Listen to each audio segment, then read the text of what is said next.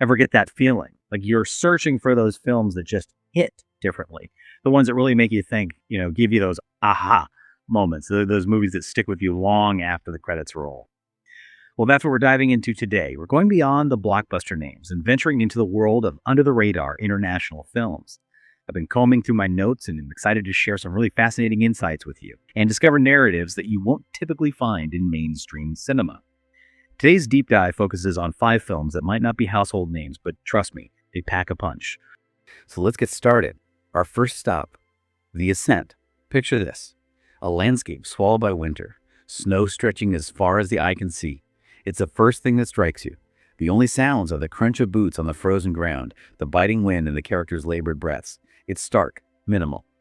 And you instantly know this isn't your typical war movie with epic battles and explosions. The Ascent is something different. It's more like a trial by fire, a test of the human spirit stripped bare. The story follows 2 captured Soviet partisans lost and hunted in this unforgiving wilderness.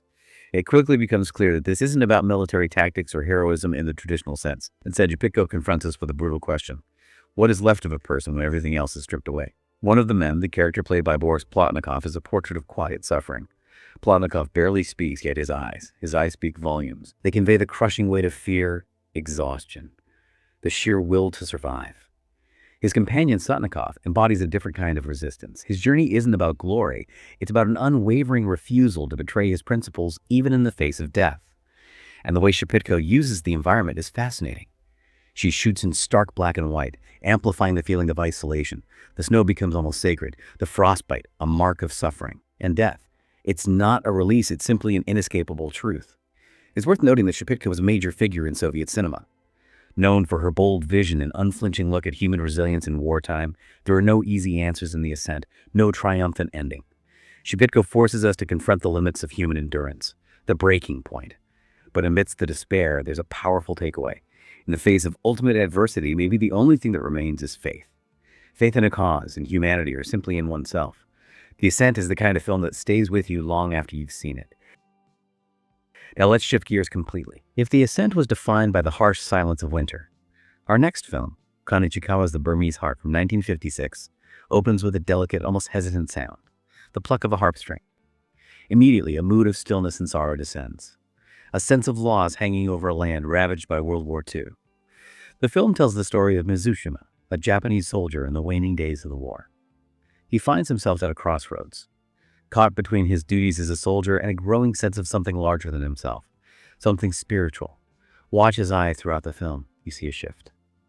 From duty to a deeper understanding of the human cost of war. His transformation isn't marked by grand gestures or pronouncements. It's quiet, almost monastic.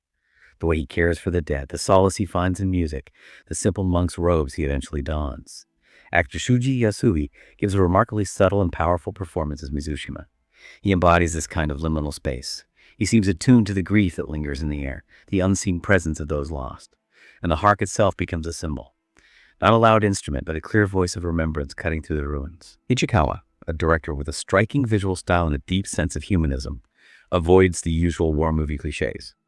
The Burmese Harp reminds us that even in the aftermath of destruction, choosing peace can be an act of defiance. A quiet rebellion against the senselessness of violence, as one critic put it. This isn't just a film you watch, it's one you experience. It leaves you with a profound sense of compassion and the enduring power of peace. Our third film, Jacques Becker's Le Trou, which translates to The Hole from 1960, takes us back to a minimalist opening. But this time, the soundscape is one of confinement. No soaring score, no dialogue to set the scene, just the unsettling sound of a toothbrush being sharpened against stone, the scrape of metal, hushed secretive movements. From the very first frame, Le Trou demands your attention. This film is all about listening. You become acutely aware of every tiny sound. Footsteps echoing in the prison corridor, a file scratching against metal bars, and the heavy silence that precedes every action. Le Trou isn't your typical prison break thriller. Becker's approach is almost documentary-like. Long takes, minimal editing. It heightens the realism, the painstaking nature of their plan. It feels more like a ritual. Every gesture, every shared glance, pregnant with meaning. Becker builds tension masterfully, not through action sequences, but through the slow, meticulous unfolding of the escape plan. The camera often places us right there in the cell with the inmates. We become silent participants in their plot. Michel Constantin as Gio gives a powerful performance, intense but understated. A look, a subtle movement, that's all it takes to convey volumes. In this confined world, trust is built in silence. Survival depends on patience and unwavering attention to detail. Becker doesn't take any shortcuts. He immerses us in the raw reality of their situation. The tension builds like a slow drip, making you feel the claustrophobia, the sheer audacity of their plan. Le Treux is a testament to the power of patience and collaboration. It shows how, even in the most restrictive circumstances, defiance is possible. Our next film is Paul Schrader's Mishima, A Life in 4 Chapters from 1985. The opening is anything but subtle. We see a man, dressed in samurai armor, standing before a mirror, his face painted in dramatic kabuki style. And the music. Philip Glass's score, repetitive and hypnotic, propels the film forward with relentless energy. Mishima is not your typical biopic. It's an explosion of art, ideology, and emotion. Schrader deliberately fractures the narrative. He weaves together dreamlike recreations of Mishima's childhood memories, stylized excerpts from his novels, often depicting a disturbing mix of beauty and violence, and a stark, almost documentary-like account of his final days. This fractured structure isn't meant to confuse. It's designed to offer a multifaceted perspective on this complex, contradictory figure, Yukio Mishima. Ken Ogata's performance as Mishima is transformative. He captures the man's inner turmoil, the conflict between the physical and the ideal, the artist and the nationalist. The film delves into Mishima's obsessions, his pursuit of an aestheticized vision of life, a vision that culminates in a violent, symbolic act. Schrader doesn't judge or offer easy answers. Instead, Mishima lays bare the seductive power of merging art and ideology, the dangerous consequences of taking an idealized vision to its extreme. The film's structure feels purposeful, like a ritual leading to an inevitable end. Each chapter builds toward the final dramatic act. It leaves you contemplating the consuming nature of his vision.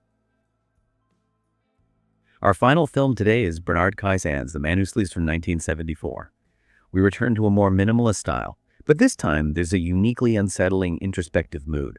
The opening is stark, a clock ticking relentlessly, a blank wall, a man lying motionless in a dimly lit room. There's no dialogue from him, only a detached female voiceover.